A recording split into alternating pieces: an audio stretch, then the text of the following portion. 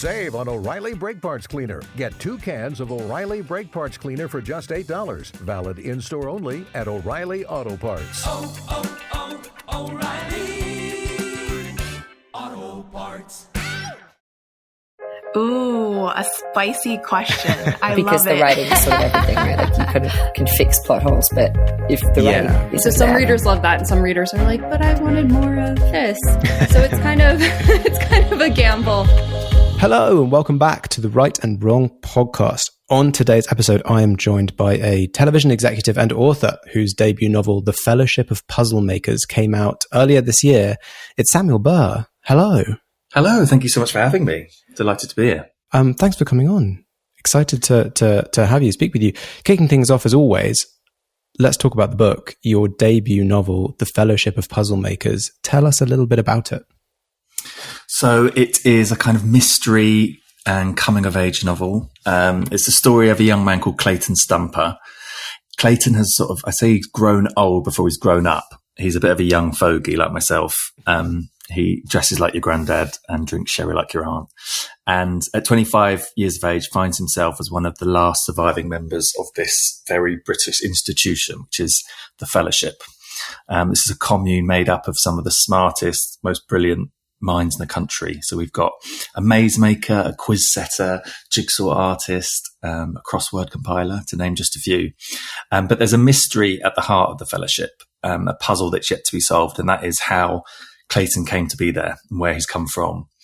So in the novel, when the founder of the Fellowship, an esteemed cruciverbalist called Pippa Allsbrook, passes away, she's a crossword compiler, she leaves behind her final puzzle to Clayton, and then we follow him on that quest as he begins to piece together the clues of his past and also find himself at the same time. It's a lovely setup. I love the idea of this organization that are just like the ultimate puzzle creators in the world. You must be, to write something like this, you must be someone who enjoys puzzles yourself. Yeah, I sort of describe myself as an enthusiastic amateur, but suddenly, sort of writing this book, I realized that I was going to have to construct and create my own puzzles. And that's something I've never, ever done. So that's been probably one of the biggest hurdles and challenges all the way through is, creating a variety of puzzles that form part of the book and part of the story. So I always loved the idea of, creating a novel that you could read and that you could play. And to have that sort of interactive element and using puzzles to sort of unlock, parts of a mystery story. So yeah, it has been great fun. I'm not going to lie, there were moments, particularly in the edit, where I was pulling my hair out and thinking, oh my God, what have I done? I've bitten off far more than I can chew. But we got there in the end, finally. I think writing any book actually is a bit like, doing a bit of a jigsaw. It's all about sort of finding the right places for things and trying to work out what you're missing, building those links. So I think, it's always hard writing a novel, but I've made it particularly difficult having these puzzles sort of entwined within the story. But ultimately I'm really happy with how it's come out in the end. Yeah, I think that's so true of writing. And like the more drafts you do, the more challenging the jigsaw puzzle becomes.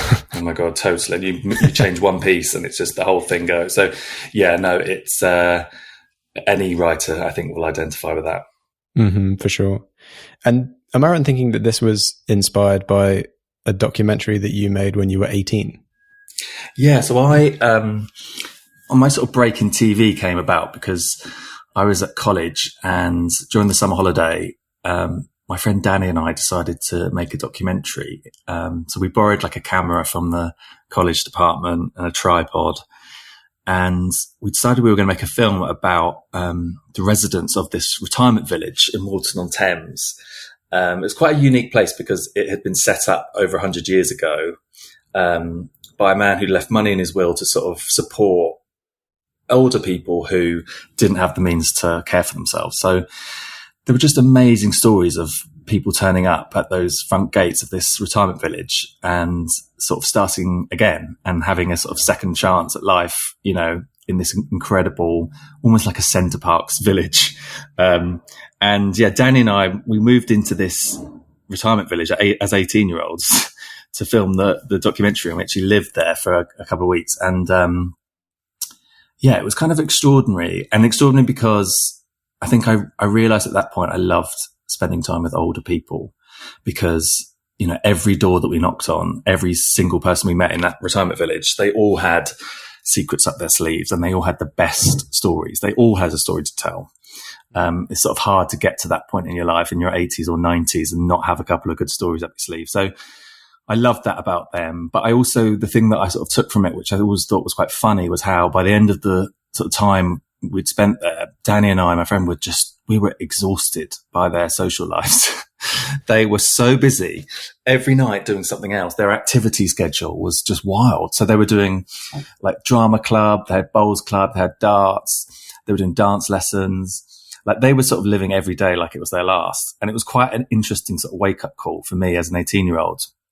I've always been quite an old soul. Like I said earlier, I'm sort of old before my time. And I feel like I'm just a 90-year-old man. I'm just sort of slowly catching up with myself. But yeah, that experience sort of, it was funny in that I sort of felt like I was older at heart than they were. And so the idea of writing a story where a young person lives in a very old world, but is much older at heart than the people he lives with, was something that I've always been intrigued by. So yeah, I think it's been sort of bubbling away in my head for quite a while, and it's taken a while, but yeah, I finally put pen to paper, and the Fellowship is the result. Wow. Okay, so it is quite if someone told you the pitch for this, you'd be like, oh, well, this must be like pure fiction, but this actually is quite sort of tied to your own experience and things that you've actually done.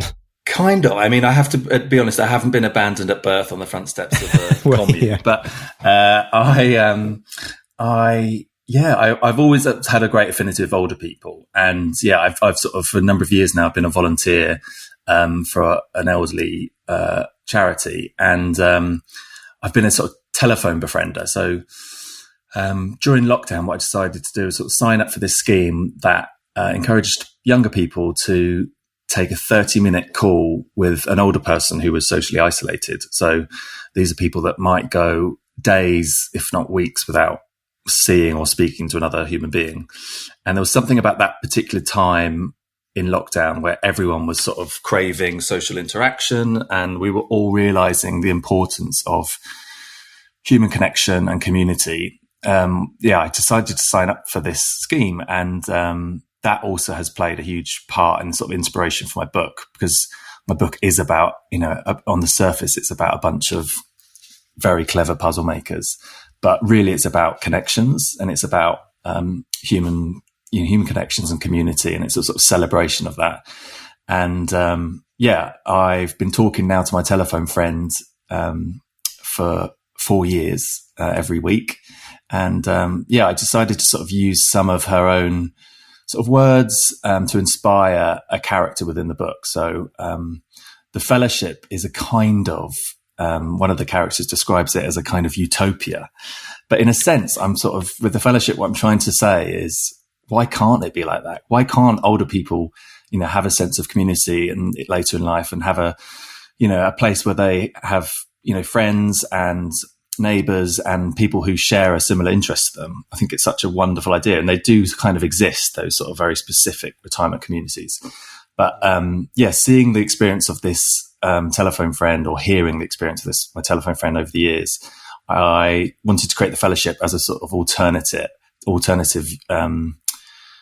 reality of what it could be, but then also reflect what it can be like for many, many older people in the country. So there's a character that's directly inspired by my telephone friend who Clayton meets when he steps outside the Fellowship, and she gives him a sort of sense of what it is like for some people later in life. So I've sort of tried to show to reflect all of the experiences of what it can be like for an older person, whether that's to be in a very fortunate position with a sense of community, and to be in a very unfortunate position where you're isolated and you're alone. So it's a little bit of both.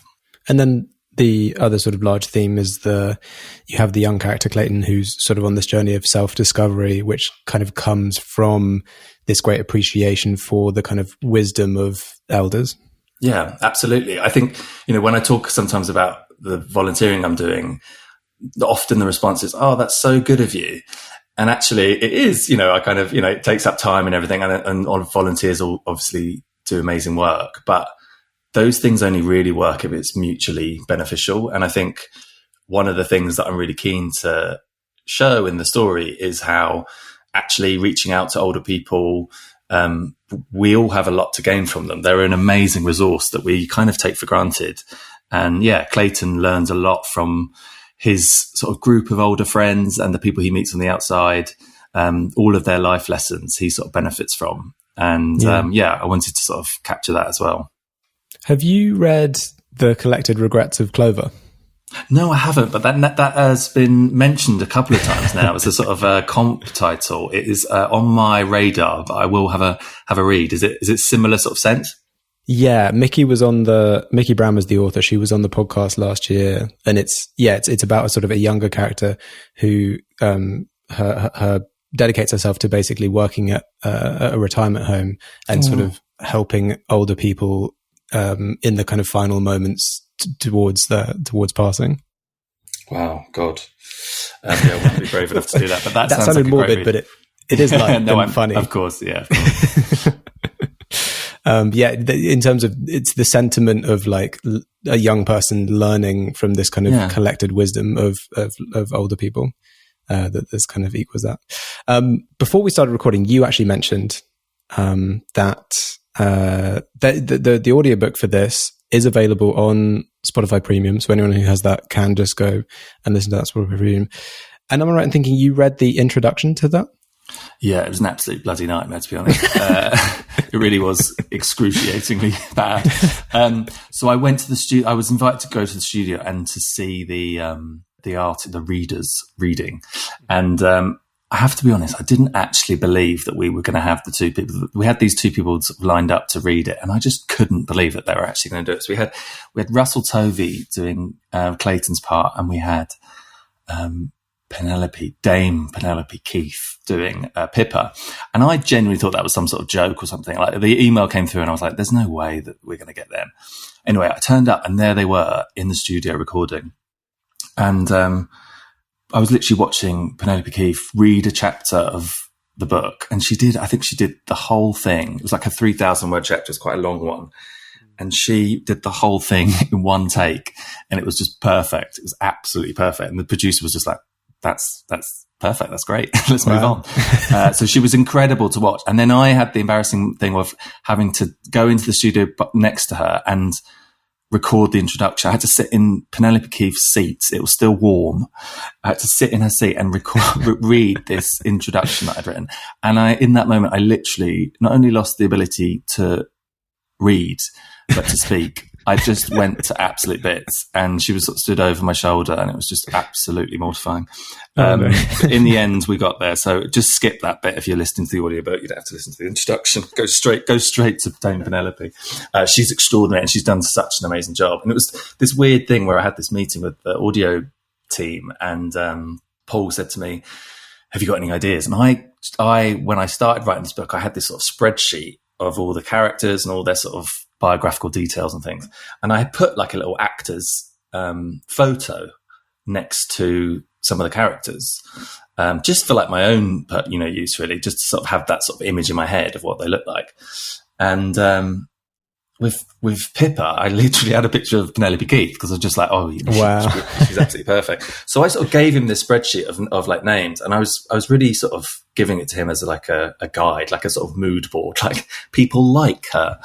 And in the end we got her, and she's done such a great job. I haven't listened to it fully yet, just because it's been busy, but also I'm just sort of very close to it still. I'm sort of looking forward to having a bit of time off and then listening to it when I'm a bit less close to it. But I'm having so many nice messages from people who really enjoying listening to it. So yeah, I'd encourage to listen. It's very good, I hope.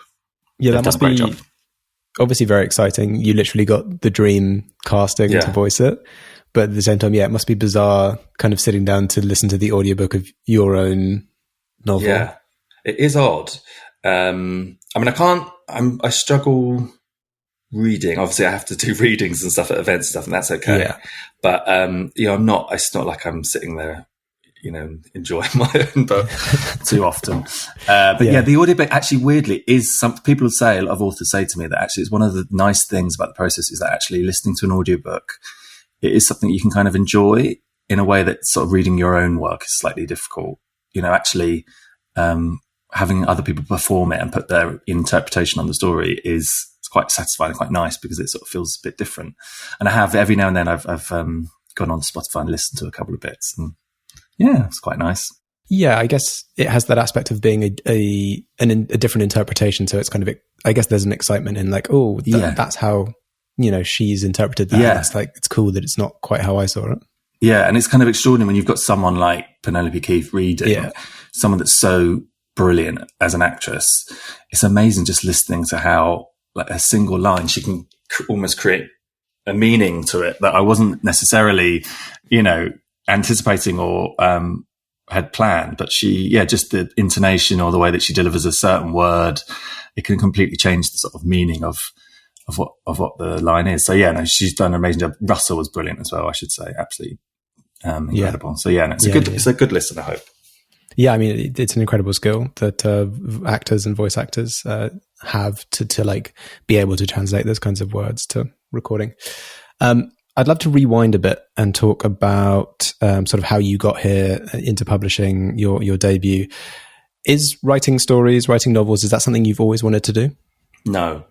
It's not, actually, and I'm really keen to talk about how it isn't, because I think there's this sort of expectation sometimes that to be an author you have to have started writing when you were 2 years old, and the number of people that say, and absolutely that's absolutely fine if you have, but I think there's nothing wrong if you haven't as well. So for me, I've always been obsessed with stories, I guess, and that sort of, in the end, I became obsessed with television and film, and I was sort of telling stories in a different way, a very visual way.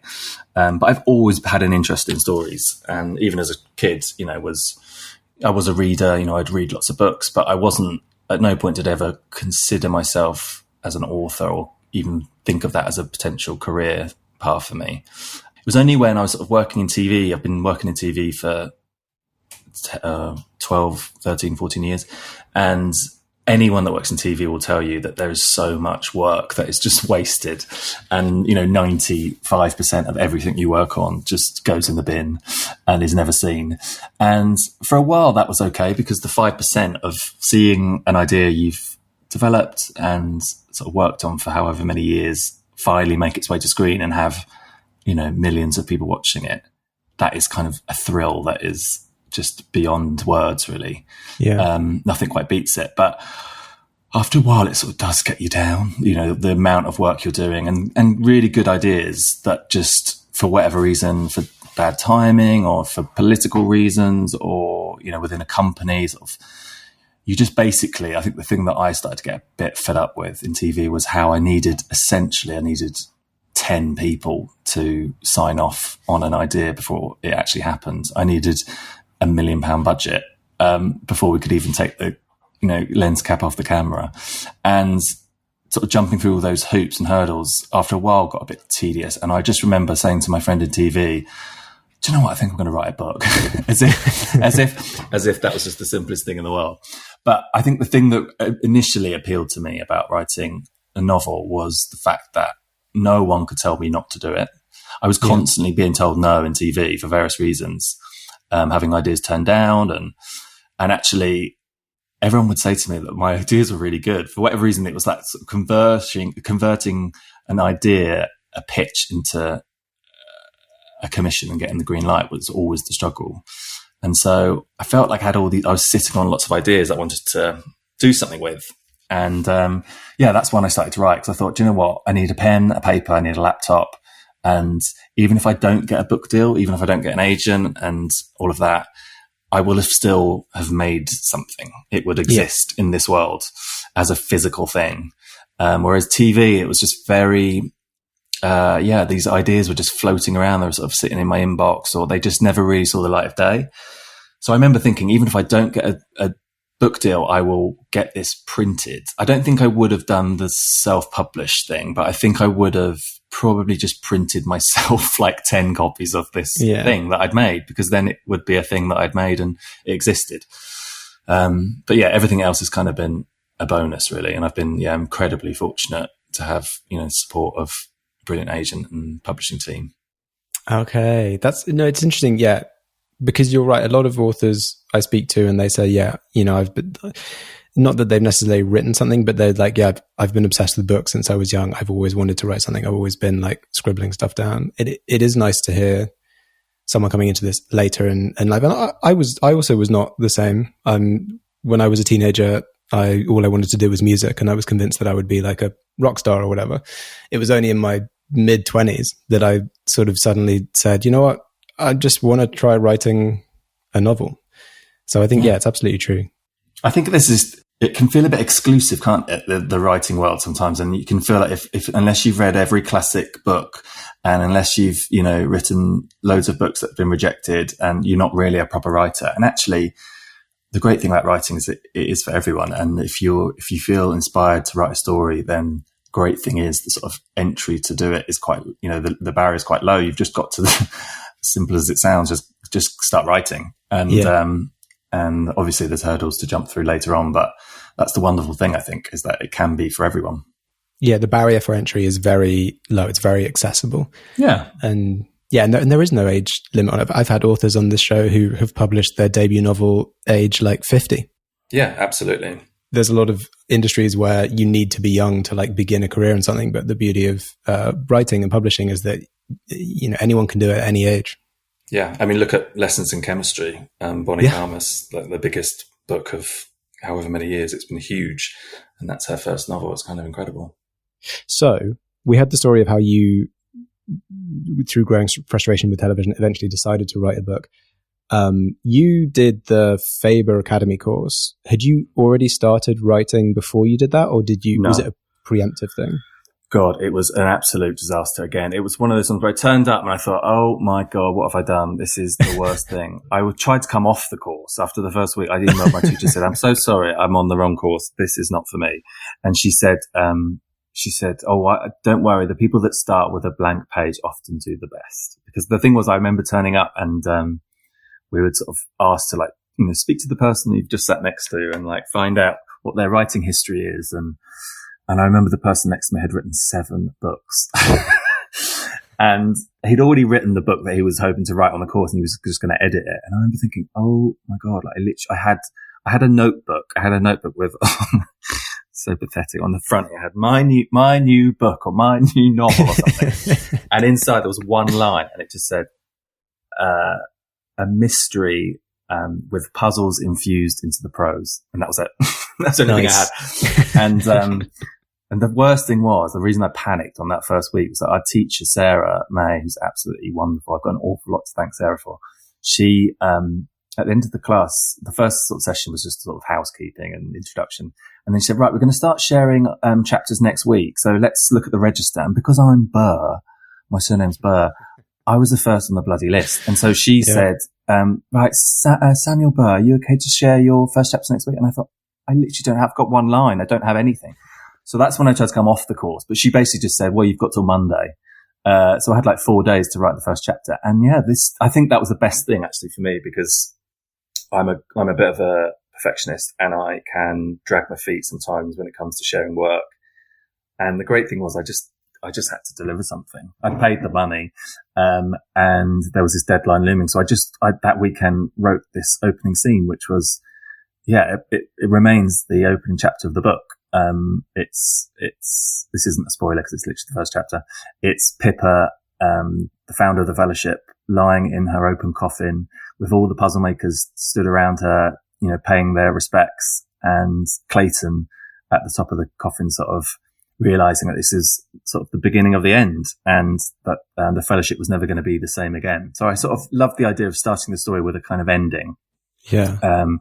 And then we jump back in time through the past timeline, and we sort of tell the story of how Pippa created this puzzle club. She sort of gathered her friends in a room above a pub in Islington, and it just grew and grew and grew until they ended up taking over this house in Bedfordshire and living together. And so, it's a dual timeline novel. And that opening chapter that I shared and got feedback on that in that second week of the course remains mostly unchanged, actually. It was the easiest chapter to write. And I think I just felt like that scene was the idea. That was always the idea in my head. I love the idea of being in in a big grand house, a slightly dusty, crumbly house.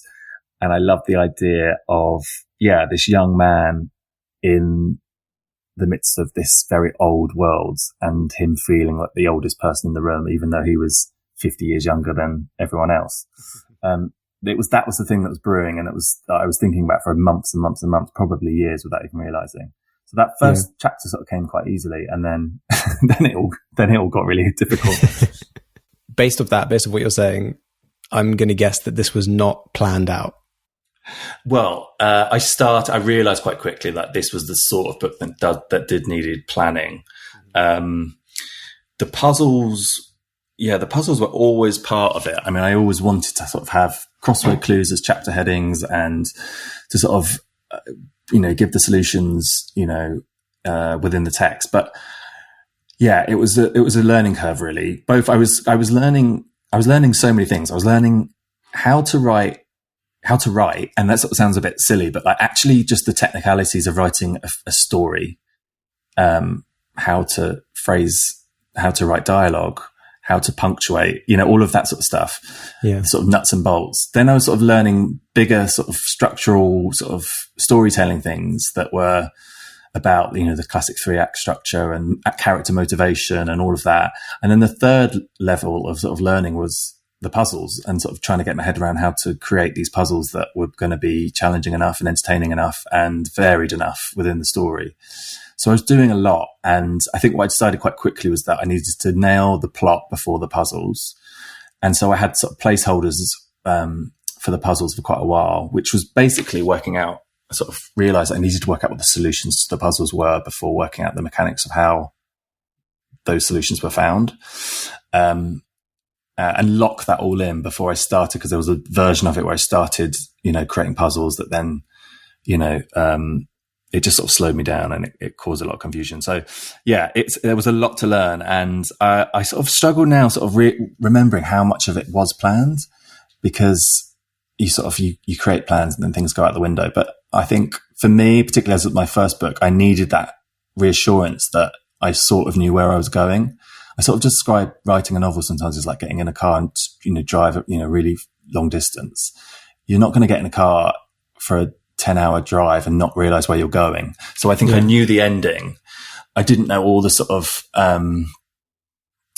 detours I was going to take along the way. Okay, and sometimes those detours were kind of really crucial. And I think it's probably actually some of my favorite scenes in the book are the things that I hadn't necessarily planned beforehand, but just came about quite naturally through the writing process, where I was really in tune with the characters and listening to what they would do and what their motivations were.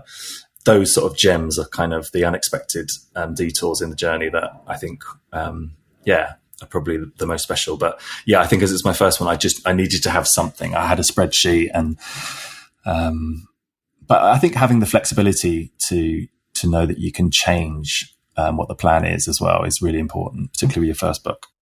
Yeah, it lets you explore the characters in a way that I think if everything's very regimented and like laid out, not necessarily makes it better or worse, but like will make it different. Yeah, absolutely. And you mentioned first book. It was a 2-book deal with Orion, right? Mm-hmm. Yes, yeah. So I imagine you're well underway with whatever your follow-up novel is. How are you finding? You would hope so. Working.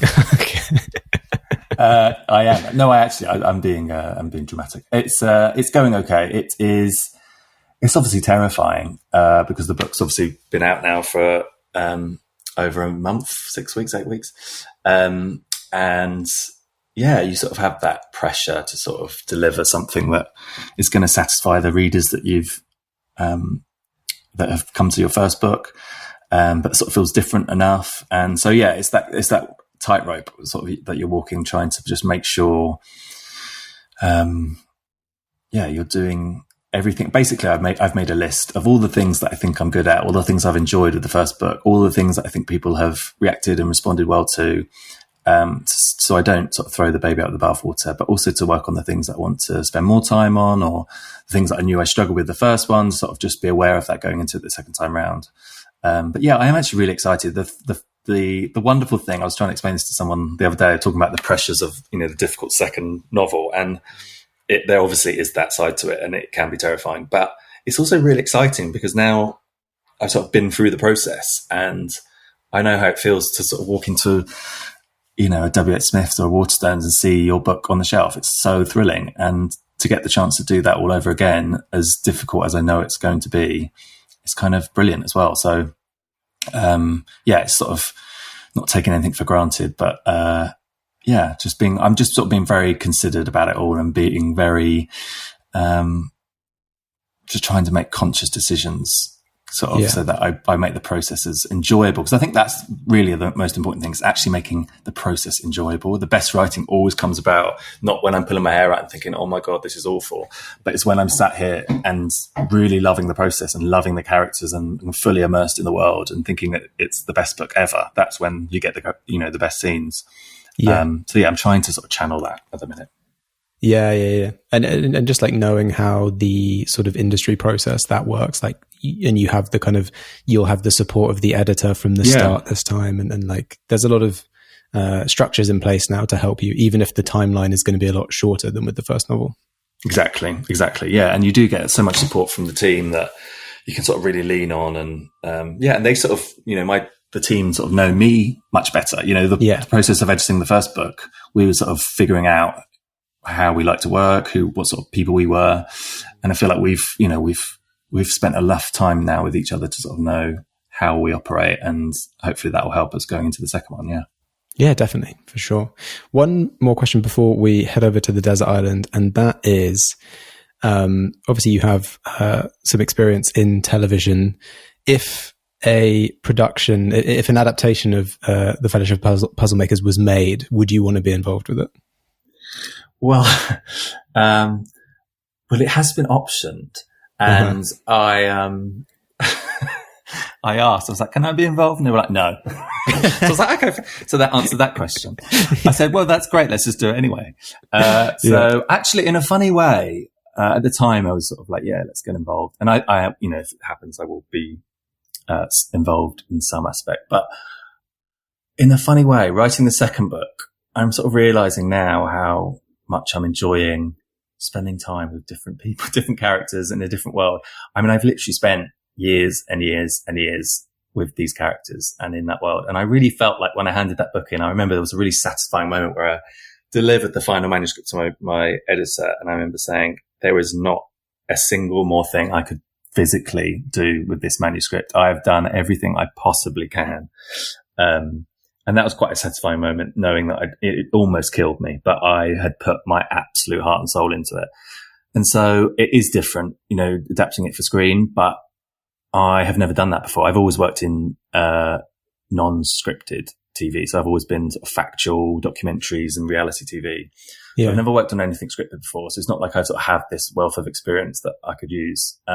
So actually the idea of handing it over to people who are brilliant at doing that and seeing, like, you know, Penelope did, you know, seeing how they interpret the story is kind of exciting too. So yeah, I mean, I think I will be involved loosely as a consultant of some kind, but who knows? Watch this space.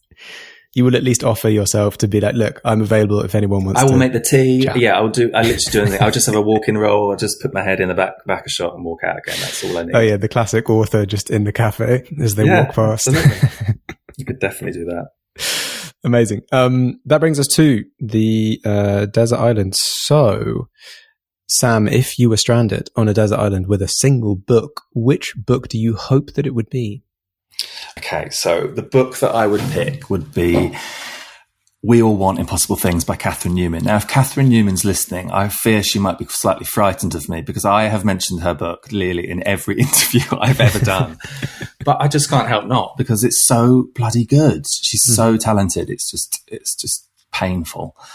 She's written this book. Her second book, Sandwich, came out, I think, a couple of weeks ago. I've just bought it. But this was her debut. It's called We All Want Impossible Things. And ostensibly it's a book about dying. It's about two best friends and one of them who gets this awful diagnosis, terminal diagnosis, and it's about her best friend supporting her through that process. And that sounds on the surface, it could be fairly bleak and sentimental even, but it is so well written and so well sort of tonally judged. It's sort of, I got this little notebook and I sometimes write little reviews of books I've read, and I've described it as the funniest, saddest book I've ever read, because it is just that. It's kind of, I love books that make you laugh and cry. I'm always in awe of writers that are kind of able to do that. And there's a sort of version of this book that is, you know, like I said, overly sentimental and a bit icky, but the tone is so perfect. It feels so real and so raw, and it's kind of, all the more moving, I think, for it. So I think I picked that book because it's got it all. It's got humor, it's got sadness, it's got beautiful writing and great characters. I'd pick that. And Catherine Newman, I'm sorry that I mentioned you literally on every single interview I've ever done. Don't be frightened. I just think you're brilliant. Well, I'm sure she won't be upset if she learns. I've literally done it 12 times, Jamie. I'm not lying. I've literally done it 12 times. Amazing, great choice. Sounds like that book really is one that resonates with you, and I hope the new one you enjoy it just as much. I'd love to ask you some questions about your literary agent, submitting to agents, being on sub to editors, and a bit about your sort of writing schedule. But that will all be in the extended episode exclusive to my wonderful Patreon subscribers. In the end, it's all about you. It's not about what everyone else is doing. Yeah, absolutely. Amazing. And that's a great way to close off this episode. Thank you so much, Sam, for coming on the podcast and telling us all about your work in television, publishing, and the Fellowship of Puzzlemakers, which is out right now. You can go and buy it in all the usual places. Thank you so much. Thanks for having me, Jamie. I appreciate it. And for anyone wanting to keep up with what Sam is doing, you can follow him on Twitter and Instagram at Samuel Burr. That's BURR. Or you can head over to his website, www.samuelburr.com. And remember, the Fellowship of Puzzlemakers audiobook is available on Spotify Premium if you have that already. To support the podcast, like, follow, and subscribe on your podcast platform of choice, and follow along on all socials. Join the Patreon for extended episodes ad-free and a week early, and check out my other podcast, The Chosen Ones and Other Tropes. Thanks again to Sam, and thanks to everyone listening. We will catch you on the next episode.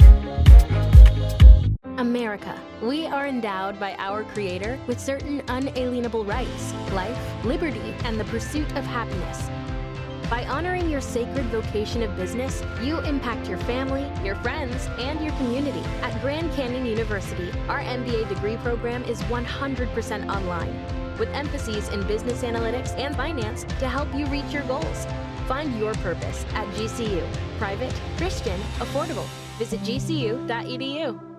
You need reliable appliances to help you conquer the day. And Menards carries the largest in-stock selection, starting at low prices and ready to take home today. Check out our top appliance brands, including KitchenAid, Maytag, Whirlpool, Amana, and Criterion. Upgrade today and save big money on new appliances right now at Menards. #1 in customer satisfaction among home improvement retailers, according to J.D. Power. For more information, visit jdpower.com/awards.